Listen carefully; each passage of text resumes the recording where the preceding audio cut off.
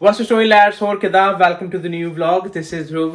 तो भाई आज के व्लॉग में बात करते हैं आयरलैंड स्पाउस वीज़ा को लेके कि आयरलैंड का स्पाउस वीज़ा कितनी देर में लगता है भाई, और इसको जॉइंट फैमिली वीज़ा भी बोलते हैं। डी कैटेगरी टाइप ये वीज़ा होता है भाई, आयरलैंड स्पाउस का वीज़ा। एंड तो इसी के बारे में बात करते हैं कि क्या कुछ डॉक्यूमेंट्स वगैरह लगते हैं, कितनी देर लगती है प्रोसेसिंग में, और क्या कुछ रिक्वायरमेंट है बेसिकली इस वीज़ा एप्लीकेशन के अंदर जो आयरलैंड का स्पाउस वीज़ा है। तो भाई कोई भी मेरे चैनल पे न्यू है तो सब्सक्राइब करना ना भूलें। तो फिर करते हैं आज के व्लॉग की शुरुआत।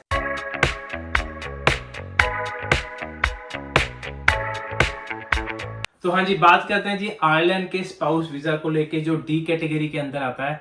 तो सबसे पहले बात करते हैं कि आपने ये वाली एप्लीकेशन जो स्पाउस एप्लीकेशन है ना, वीजा एप्लीकेशन, ये आपने एवैक्स की वेबसाइट है भाई, मैं इसका लिंक अपने डिस्क्रिप्शन में नीचे दे दूंगा। INIS.gov.ie करके जो उनकी इमिग्रेशन की साइट है, जो आयरलैंड की साइट है, उसके अंदर ही भाई वीज़ा आप अप्लाई कर सकते हो। वहीं लिंक बना हुआ है एवैक्स टू अप्लाई वीज़ा ऑनलाइन। एवैक्स करके खुलती है, अगली विंडो में खुलेगी भाई। वहाँ पे आपने कैटेगरी सेलेक्ट करनी है कि आपका कौन सा कैटेगरी का वीज़ा है। तो स्पाउस कैटेगरी का वीज़ा, तो जॉइंट फैमिली आपको सिलेक्ट करना है। तो आपको एप्लीकेशन फॉर्म भाई ऑनलाइन ही भरना पड़ेगा। उसके बाद सिग्नेचर आपने करना है, you have to fill it and sign your application form.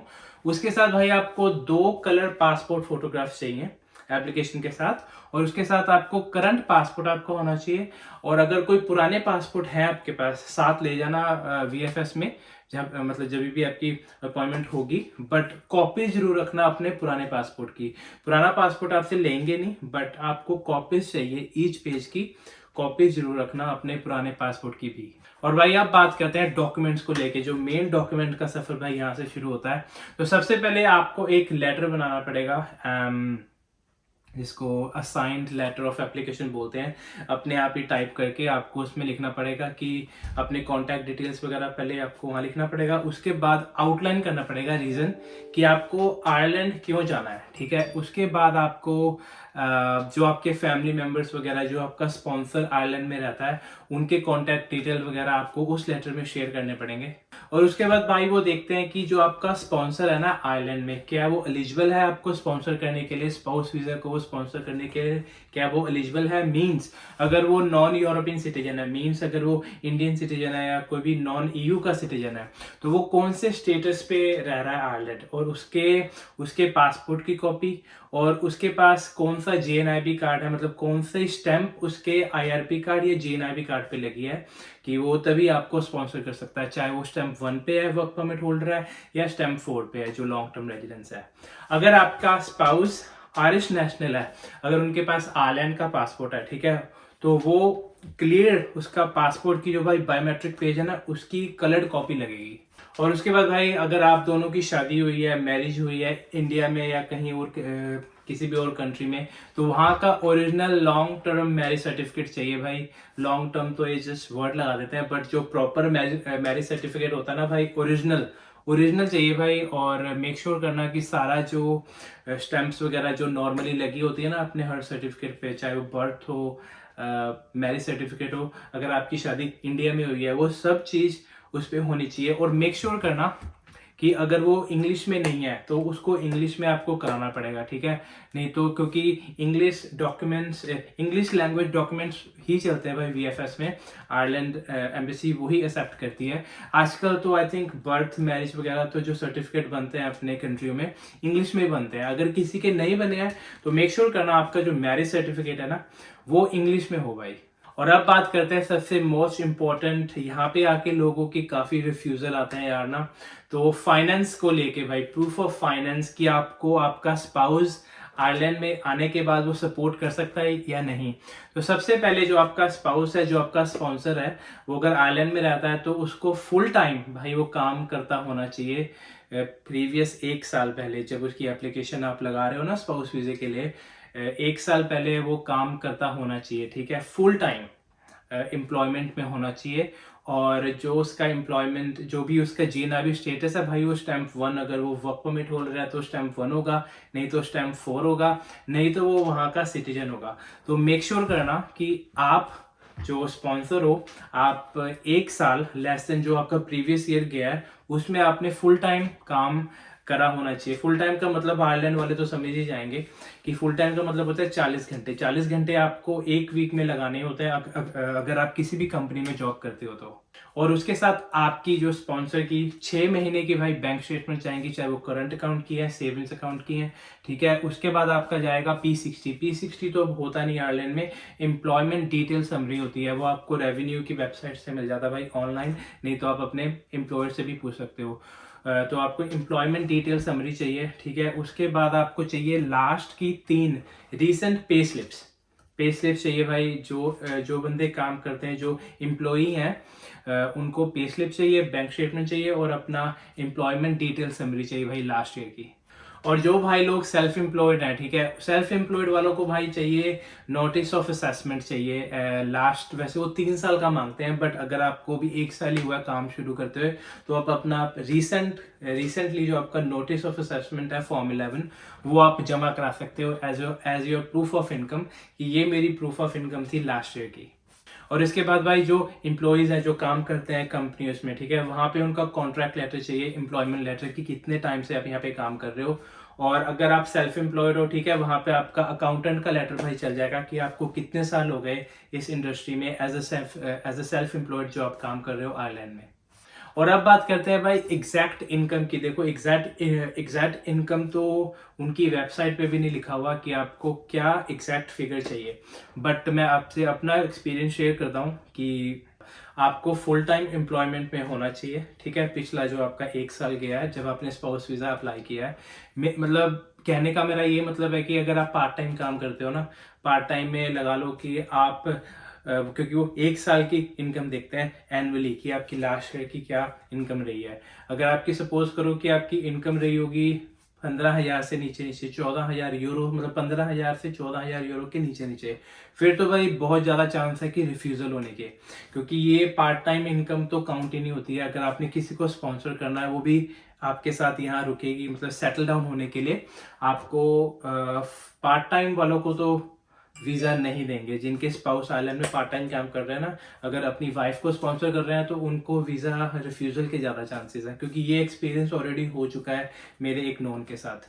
तो 12-15,000 14,000 यूरो भाई इसमें वीज़ा नहीं लगता है, ठीक है। अगर आप फुल टाइम काम कर रहे हो, ठीक है, फुल टाइम काम करते हैं यहाँ पे, जो लगा लो कि 40 घंटे या 35 to 40 आवर्स काम करते हैं वीकली, मिनिमम से मिनिमम, ठीक है, मैं तो खाली मिनिमम की बात कर रहा हूँ, मिनिमम से मिनिमम वो 400-500 यूरो वीक का कमा लेते हैं। तो ये हो गया 2,000 यूरो मंथली। 1 साल का लगाओ तो 24 से 25,000 यूरो हो गया 1 साल का। तब आपकी वाइफ का या आपके स्पाउस का वीजा भाई लग सकता है। फिर तो लग ही जाएगा डेफिनेटली, अगर आप इतनी इनकम में काम कर रहे हो। वो तभी बोलते हैं लास्ट ईयर का, वो देखते हैं कि आपने लास्ट ईयर आपकी क्या अर्निंग्स रही हैं, ठीक है।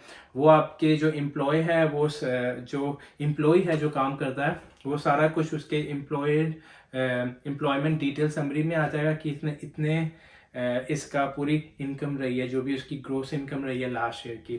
जो भाई अपने सेल्फ एम्प्लॉयड है, उनकी नोटिस ऑफ असेसमेंट में सारा कुछ लिखा आएगा फॉर्म 11 में कि उसकी क्या इनकम रही है भाई लास्ट ईयर की।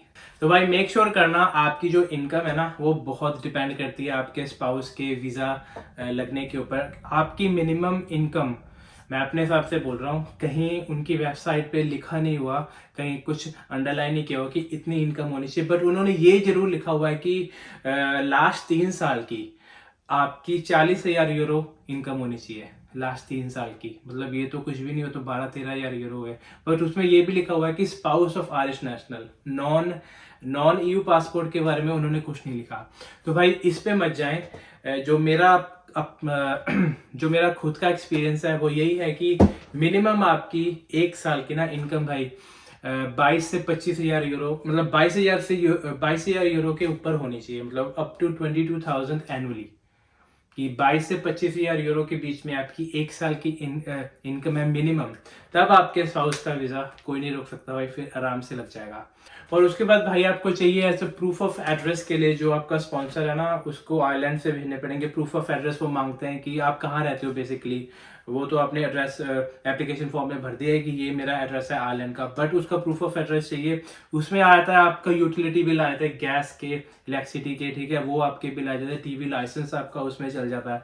ठीक है, अगर आप रेंट पे रह रहे हो तो रेंट पे अगर आप रह रहे हो तो आपको लैंडलॉर्ड से भाई लेटर लेना पड़ेगा, या फिर अगर वो PRTP का जो लेटर होता है भाई वो भी चल जाता है। बट मेक श्योर करें कि अगर आप बट अगर आपने सेफ साइड चलना है तो भाई वो लैंडलॉर्ड का लेटर ही बढ़िया रहेगा, या फिर जो आपका टेनेंसी एग्रीमेंट है, जब आपकी टेनेंसी शुरू हुई थी ना, अगर आपके पास वो एग्रीमेंट है तो वो भी चल जाएगा। अगर आपके पास अपना घर है, अगर आप खुद के घर के ओनर हो, तो भाई आपका सीधा सीधा वही चल जाएगा जो आपको आपके सोलिसिटर ने या वकील ने दिया था ना, वो जो होता है लैंडलॉर्ड की जो आपके सोलिसिटर ने दिया था आपको लैंड रजिस्ट्री, भाई वो चल जाएगी, वो आपके नाम पे होना चाहिए। और बिल में से कोई भी चलेगा, चाहे वो गैस का हो चाहे बिजली का बिल हो, as a proof of address. यहाँ पे मैं आपको एक डॉक्यूमेंट और बताना चाहता हूँ कि जो आपके स्पाउस का इंडिया से लगेगा, वो लगेगा कि उसका यार मांगते नहीं है, कोई रिक्वायरमेंट नहीं है उनके जो वेबसाइट पे जो रिक्वायरमेंट की लिस्ट है वहां पे लिखा नहीं हुआ। बट आज से पिछले लगा लो कि कुछ 10 साल पहले वो मांगा करते थे पुलिस क्लियरेंस सर्टिफिकेट। अगर आपकी वाइफ या हस्बैंड के पास जो इंडिया में रहते हैं, जिनको वीजा चाहिए, जो एप्लीकेंट है बेसिकली, अगर उनके पास पुलिस क्लियरेंस सर्टिफिकेट है तो बहुत बढ़िया, अगर नहीं है तो भाई बना लो। टाइम का कुछ नहीं पता होता, अगर जो वीजा ऑफिसर है अगर उसने मांग लिया तो आपके पास होगा, नहीं तो उसको भी भाई 15-20 दिन लग जाता है अगर उन्होंने मांग लिया। बट ये लिखा नहीं हुआ वेबसाइट पे। आपको काफी मेरे को कमेंट भी मिलेंगे कि यार कि ये तो कहीं लिखा भी नहीं हुआ। मैं मानता हूँ कि ऐसा लिखा नहीं हुआ कि पुलिस क्लियरेंस सर्टिफिकेट चाहिए, बट आज से 10 साल पहले चाहिए होता था भाई ये चीज ना। तो मैं आपको तभी just in case to be in the safe side कि आपका टाइम कम लगे, अगर बाई चांस उन्होंने मांगा, ठीक है, एप्लीकेंट से, तो वो रेडी पड़ा होगा तो आप उनको दे सकते हो एकदम। और ट्रैवल इंश्योरेंस भी भाई वो देखते हैं, बट वो वीजा एप्लीकेशन के भाई साल भेजनी कंपलसरी नहीं है। बट ये है कि हाँ, वीजा इशू होने से पहले जो वीजा ऑफिसर है वो आपसे मंगवा सकता है। और कई कई बार होता है कि वो मंगवाता भी नहीं है, बट जब आप आइलैंड ट्रैवल कर रहे हो तो अगर आपका जैसे वीजा लग गया और आप आइलैंड ट्रैवल कर रहे हो तो मेक श्योर करना कि आपके पास ट्रैवल इंश्योरेंस होनी चाहिए। और भाई मेक श्योर करना कि सारे डॉक्यूमेंट्स लेजिट हो, कोई फेक ना हो, सारे ओरिजिनल जेन्युइन भाई डॉक्यूमेंट्स हों। क्योंकि एक बार अगर आप उनके बैड बुक्स में आ गए, ठीक है, कोई भी एक आधा पेपर आपका ऐसा निकल गया तो भाई पता नहीं कितने साल का बैन लग सकता है, या पता नहीं कभी आपको वीजा मिलेगा भी कि नहीं मिलेगा। तो मेक श्योर करना कि सारे डॉक्यूमेंट्स वगैरह आपके जेन्युइन हो, रियल हो भाई। तो भाई यही सब कुछ आपको डॉक्यूमेंट्स चाहिए आयरलैंड का स्पाउस वीजा अप्लाई करने के लिए। इसके लिए तो अर्निंग्स वाला जो सेक्शन है, फाइनेंस का जो सेक्शन है, वो मेजर रोल प्ले करता है। और जब भाई लोग आपके पास सारे डॉक्यूमेंट्स वगैरह रेडी हैं, इसकी एप्लीकेशन फॉर्म भरो ऑनलाइन, ठीक है। उसके बाद जब आपने ऑनलाइन फॉर्म भर दिया है, उसको प्रिंट करके साइन करके, ठीक है, और इसकी जो VFS में अपॉइंटमेंट लो, जहाँ पे भी जो कोई सी भी लोकेशन पे आपने लेनी है, ठीक है, वहाँ की जो पेमेंट फीस है, जो कि एप्लीकेशन की पेमेंट फीस है, वो भी आपको ऑनलाइन ही उसके अपना डेबिट कार्ड और क्रेडिट कार्ड आपको यूज करो। आई थिंक इसकी जो वीजा फीस है भाई स्पाउस वीजे की 100 यूरो के आसपास है, 100 यूरो के आसपास इसके लगते हैं। बाकी हर एक कंट्री का भाई अपना है, कोई कोई चार्जेस लगा देते हैं एक्स्ट्रा, हर एक कंट्री का अपना है, बट मिनिमम 100 यूरो भाई इसकी फीस है। तो अब बात करते हैं कि भाई कितना का टाइम लगता है इसको प्रोसेस होने में, कितना टाइम लगता है वीजा आने में, मतलब जो वीजा ऑफिसर का डिसीजन आने में कि कितना टाइम लगता है। तो उन्होंने बोला 6 महीने, अप टू 6 मंथ्स तक लग सकते हैं, और किसी किसी केस में तो 1 साल भी, अप टू 12 मंथ्स तक लग सकते हैं। मतलब जो मेरे हिसाब से भाई जो मिनिमम टाइम रहेगा ना, 8 से 12 वीक तो लगते हैं स्पाउस वीजा को आने में। तो भाई लोग ये थी एक छोटी सी video about Ireland spouse visa, Ireland का जो जॉइंट फैमिली वीजा है, कि आप अपने स्पाउस को कैसे आयरलैंड स्पॉन्सर कर सकते हो, कैसे बुला सकते हो। आई होप जितने मैंने आपको पॉइंट्स वगैरह बताए हैं, स्पेशली वो जो फाइनेंस का अर्निंग का पॉइंट था, आपको अच्छी तरह समझ में आ गया होगा होपफुली। एंड जो भी भाई लोग आजकल में या आने वाले टाइम में वीजा फाइल करने वाले हैं spouse visa, best of luck यार। एंड मेक श्योर करना कि आपकी जो फाइनेंस है वो एकदम सही हो, स्टेटस यहाँ पे बढ़िया हो, तो फिर आपके स्पाउस वीजे को लगने से भाई कोई नहीं रोक सकता है। तो आज की वीडियो भाई यहीं एंड करते हैं। एंड कुछ भी आपने मेरे से पूछना है तो आप मुझे मेरे YouTube पे कमेंट करें या सीधा मुझे मेरे इंस्टा पे मैसेज करें and I reply as soon as possible. तो आज का वीडियो भाई यहीं एंड करते हैं। आई होप आपको आज का वीडियो बढ़िया लगा होगा। मैं यूं ही यार आइलैंड के इन्फॉर्मेशन ब्लॉग्स वगैरह डालता रहता हूँ। सो मेक श्योर अगर आपने मेरा चैनल भाई सब्सक्राइब नहीं करा तो सब्सक्राइब जरूर कर लें। तो आज की वीडियो को यहीं एंड करते हैं। मिलते हैं जल्दी एक न्यू वीडियो के साथ, एक न्यू ब्लॉग के साथ। टिल देन टेक केयर, चाओ।